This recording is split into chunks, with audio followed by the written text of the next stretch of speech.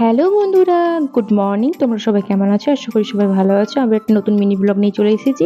দেখো ওখানে ছোট্ট একটি কাঠবিড়ালি এসে আমাদের পাখির যে খাবারগুলো দেওয়া থাকে প্রত্যেকদিন এসে এরকম করে খেয়ে দেয়। তাহলে ওর খাবার কোনো চিন্তা হয় না, আমাদের এখান থেকে খাবার নিয়ে খেয়ে নেয়। তারপরে যেহেতু আজকে মঙ্গলবার সেই জন্য স্নান করে পুজো দিয়ে দিয়েছিলাম। এখানে গোপুর সোনাকে বাকি সব দেবতা দেবীদেরকে ফুল সাজিয়ে দিয়ে দিয়েছিলাম। এখানে হনুমানজিকেও দিয়ে দিয়েছিলাম।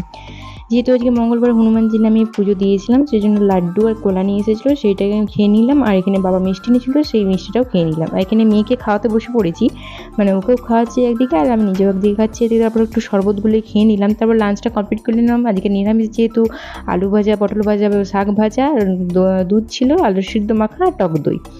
তারপরে সন্ধ্যেবেলার দিকে একটু পাগলামি করছিলাম দেখো।